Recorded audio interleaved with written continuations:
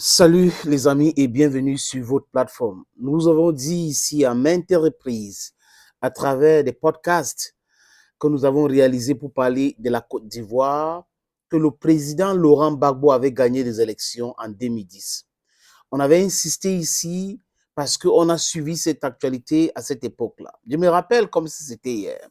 Il y avait des débats huileux à la radio. J'organisais aussi les interviews et les débats avec des politiciens tels que Ni John Fundi, Awas Talon de la Côte d'Ivoire. Et au téléphone, j'étais très mobilisé. Pour ceux qui me connaissent très bien, ils savent que ce que je dis est vérifié et vérifiable. Et pour ceux qui suivent cette plateforme depuis longtemps, depuis 2009, ils vont se rendre compte que c'est vrai ce que je dis. J'ai toujours été du côté de la vérité et du côté de la logique. Monsieur Laurent Gbagbo, le professeur Laurent Gbagbo, gagne les élections haut la main et Nicolas Sarkozy et ses amis, Goodluck Ebele Jonathan et les autres, ont commencé à mettre la pression pour installer Ouattara au pouvoir. Tout le monde sait pourquoi. Comment Ouattara est arrivé en Côte d'Ivoire, comment Ouattara a été nommé Premier ministre et les rapports des autres politiciens ivoiriens avec Alassane Dramane Ouattara.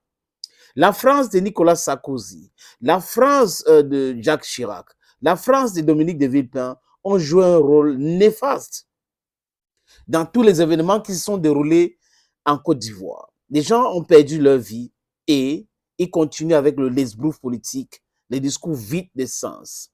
Je regardais, dans témoin oculaire, France 24. Et à l'époque, c'est une jeune dame, je ne sais pas si elle est jeune ou... Bref, c'est une dame qui s'appelle Vanessa Bulgraf, qui animait les débats du soir sur cette chaîne appelée France 24, que j'appelle aujourd'hui Mensonge 24. Cette chaîne a montré comment les forces armées françaises sont entrées dans la présidence ivoirienne et ont protégé Gbagbo, ont arrêté Gbagbo. Et après, on a effacé ces images-là, les amis. Les images ont été effacées systématiquement. Et on a montré donc Gbagbo à l'hôtel de Golf et autres avec les éléments de Alassane Dramane Ouattara. Ouattara ne pouvait jamais faire arrêter Gbagbo. Vous allez aux élections, un pays est divisé. C'est là où je dis que, je ne sais pas si le président Gbagbo était naïf ou il a été trompé, je ne sais pas quoi. Mais les amis, si vous regardez les déclarations de Thabo Mbeki, il a dit qu'il faut recompter les voix. On a dit non, Thabo Mbeki est parti du pouvoir. Jacob Zuma est venu dans une réunion où Alassane Ouattara était présent. Il a grondé Alassane Dramane Ouattara. Les vidéos sont là, vous pouvez aller consulter. Robert Budget aujourd'hui, qui est l'avocat, vient dire des choses. Ce n'est pas nouveau, nous le savons très bien. Nous le savons très bien que Ouattara a perdu les élections en Côte d'Ivoire et M. Choi, à la Gbagbo et Sarkozy, je vais dire Obama, pas Gbagbo, Obama et Sarkozy ont tout fait pour installer Alassane Dramane Ouattara, qui est un élément de la Banque mondiale ou le Fonds monétaire international. Donc, suivez bien mon regard, les amis, suivez bien mon regard. L'histoire est têtue et le temps, c'est le maître de tout. La justice, je dis la justice, le temps, c'est le maître de la justice. Restez toujours focus dans la vérité.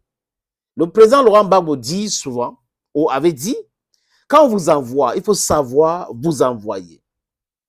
Ceux qui ont envoyé Alassane Dramane Ouattara devaient lui faire part de cela. Parce que lui-même, il va subir cela. Ne vous inquiétez pas, les amis. L'histoire est têtue. Des gens qui font des choses, qui oublient qu'on peut les faire exactement la même chose, c'est des naïfs ou des myopes politiques. Je n'ai pas envie de dire que ce sont les analphabètes politiques. Les amis, je vous suggère donc d'écouter l'extrait sur Mensonge 24 de Robert Bougie, avocat, ami de Laurent Gbagbo, c'est pas ancien ou nouveau, mais parce que la façon qu'il parle, ça veut dire qu'il est ancien ami, qui était impliqué et qui était gêné et qui a suivi ce que Nicolas Sarkozy lui a dit. Donc, c'est un témoin oculaire de toutes ces choses-là. Il a dit, Gbagbo a gagné les élections. Nicolas Sarkozy a dit, non, laisse-le, demande-lui de laisser, vraiment, on va lui donner 30 millions par mois. Comme il est professeur d'histoire, il va aller partout pour enseigner. C'est ce qu'on va faire avec lui. Et le président Gbagbo lui a dit à Sarkozy que je serai son Robert Mugabe. Vous comprenez, les amis?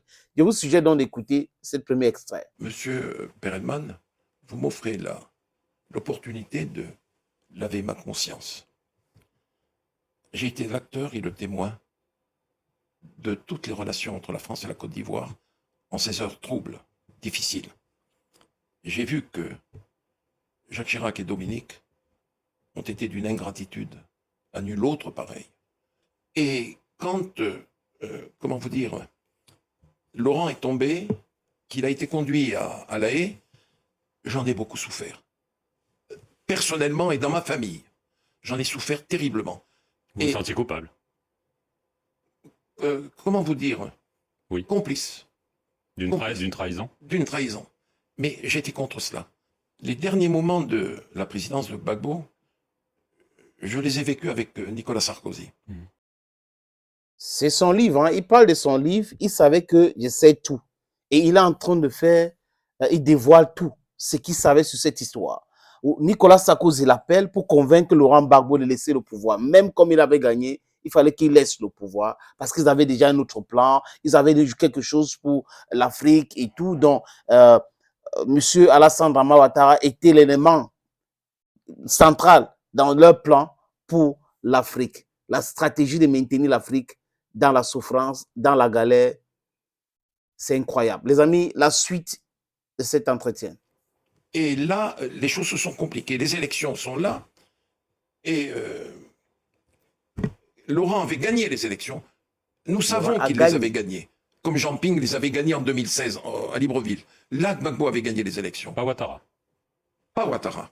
Le Conseil constitutionnel a dit que c'était Laurent le vainqueur. Vous connaissez la dispute, mais bon. Ok, allez, passons. Et le président Sarkozy me fait venir à l'Élysée et il me dit, il va falloir que tu appelles ton ami Gbagbo et que tu lui dises d'accepter de partir. Il aura un statut d'ancien chef d'État, 30 millions CFA, voiture, escorte, et s'il veut, comme il est professeur d'histoire, on lui trouvera une chaire, il pourra se déplacer à travers le monde. Je lui dis, il n'y a pas de problème. Il me dit, va dans le bureau de Claude et tu appelles Gbagbo. J'ai appelé Laurent. L'aide de camp, le colonel me l'a passé. Il a appelé Laurent Koudou Gbagbo. Les amis, c'est intéressant de savoir ce que le président Laurent Gbagbo a dit à Robert Bourgi. Écoutez. Laurent Gbagbo me dit, alors Bob, comment va? Je dis, Laurent, ça fait des années qu'on se connaît. Je te passe un message du président Sarkozy. Je suis dans le bureau de Claude Guéant. Il te demande ceci, cela. Ce que je viens de dire. Il m'a dit, tu diras à ton ami Sarkozy que je serai son Mugabe. Bob, je t'ai assez entendu. Et il a raccroché. Et je suis allé dire à Sarkozy. Il me dit, alors comment ça s'est passé? Je lui dis, bon, voilà comment ça s'est passé. J'en suis malheureux. Il a bondi de son fauteuil. Et il a dit, puisque c'est ça, je vais le vitrifier. Vitrifier. Vitrifier. Je lui dis, Nicolas, s'il te plaît, le Conseil constitutionnel a déclaré qu'il avait été élu. Il a dit, je vais le vitrifier, j'ai un mandat, et je vais le faire. Et le lendemain ou le surlendemain, Laurent était tombé, conduit comme nous l'avons vu et su, à La Haye. Voyez vous-même, les amis, la réalité, ça commence à tomber et ça tombe. C'est la bouche de qui dit ça? D'un Caucasien. C'est la bouche d'un Français. Un Français très proche de Nicolas Sarkozy, qui a travaillé avec Nicolas Sarkozy. Donc, il fait un témoignage clair. Ce n'est pas un truc qu'on a dit, que j'ai entendu, que il vous dit clairement, Laurent Gbagbo a gagné les élections en 2010. Ouattara n'a jamais gagné ces élections-là. Et Nicolas Sarkozy a promis de vitrifier le palais présidentiel. Il l'a fait et on a arrêté le président Gbagbo pour l'amener à la Cour pénale internationale. Et là, à la Cour pénale internationale, qu'est-ce qui s'est passé? On a dit le droit. Il n'est pas impliqué dans toutes ces choses-là. Qui va donc payer? C'est la question qu'on se pose, les amis. On n'est pas dupes. On n'est pas du tout dupes. Les amis, le temps, c'est le maître. Thank you, friends, and bye-bye.